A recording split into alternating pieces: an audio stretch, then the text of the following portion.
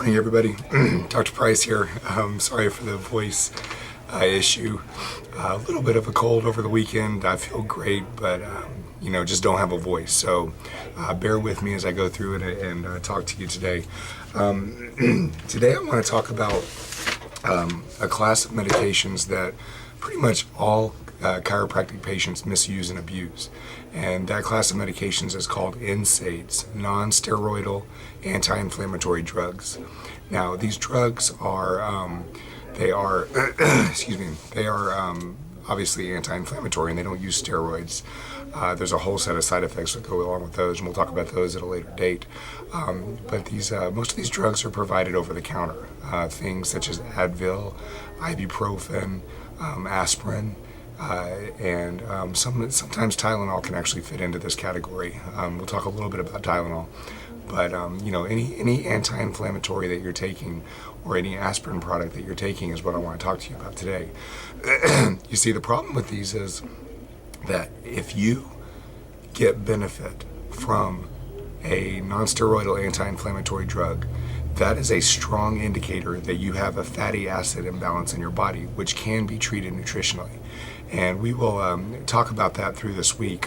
Today I'm not going to go into detail with that because I want to explain a little bit about the biochemistry behind it. But what I want to explain to you today is the dangers and the risks that come along with taking non-steroidal anti-inflammatories long term.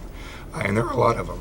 I'm going to go through a list of some of the effects that it has on your body, and then I'm going to give you an overall general statistics about the long-term effect of this. Now, one of the first things that happens is whenever you take a non-steroidal anti-inflammatory and you get that anti-inflammatory response, you actually create a bleed in your GI tract. And now, if you can't understand me, what I said was a bleed. Now, it may not be a huge bleed the first time you do it or the second time you do it, but if you start taking these things over and over and over and over and you're constantly creating these bleeds, then you could lead yourself into a GI hemorrhage. What that means is you start hemorrhaging from your intestines, and that actually is one of the major causes of death from taking these medications, and I'll give you the statistics on that in just a few minutes. Another thing that this causes is what's called leaky gut syndrome. Now, leaky gut syndrome is your intestines have a lining that keeps the material inside the intestines from coming in contact with the material outside of the intestines. So let's say you eat a piece of chicken and you've got these proteins and they're going through your intestines and they're being digested in the different areas. Well, the end result is the proteins are broken down into amino acids, and your body can use amino acids as building blocks for all the things in your system.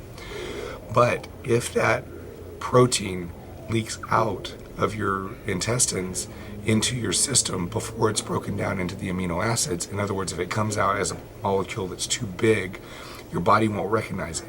So your body will create antigens or antibodies. I'm sorry, not antigens. The protein would be the antigen. Your body will create antibodies to come and attack that protein to protect yourself.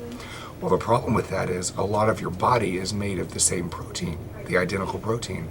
So once your body has made an antibody to attack a protein that comes into your system, these antibodies start looking for these quote-unquote foreign substances, and they start attacking your own body. This is where some research is showing this is where a lot of autoimmune diseases come from. Things like rheumatoid arthritis and different things like that, where your body's attacking itself. It's coming from this leaky gut syndrome.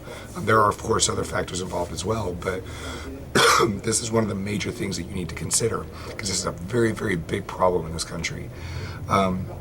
It also depletes your vitamin C in your body. And I'll go through the mechanisms of all this stuff again in the next couple of videos. It antagonizes folic acid. Now, folic acid is necessary for all the cells in your body to revitalize themselves and reheal themselves, and this depletes that. So then you're causing cellular damage. It enhances leukotrienes. Now, this is the big thing. Leukotrienes, excuse me, are an inflammatory chemical. They're up to 1,000 times stronger than your histamines. So when you have these leukotrienes in your system, they can lead to chronic inflammation. Even though you're trying to get rid of inflammation with these medications, they can lead to chronic inflammation. And I'll tell you how that happens, and I'll explain how that happens. But the signs of chronic inflammation in your system are things like heart disease, allergies, cardiovascular disease, pain in your joints, gout, rheumatoid symptoms, just chronic inflammation, and weight gain. All kinds of different things can come from these chronic inflammatory conditions. So that's one thing to seriously consider. It blocks sulfate production and sulfate utilization in the body. Now, you may wonder what sulfate is. Most of you have heard of glucosamine sulfate.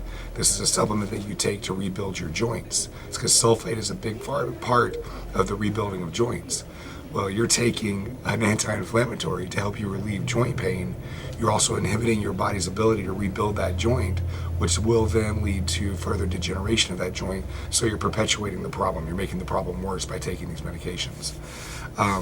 Creates muscle imbalances, slows fracture healing. Like I talked about, increased cardiovascular risk. Immune system regulation.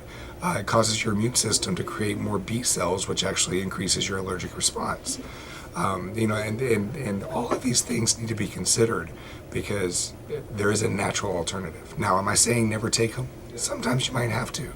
But it says right here, research suggests that the use of non-steroidal anti-inflammatory drugs should be limited to 3 days following an acute injury.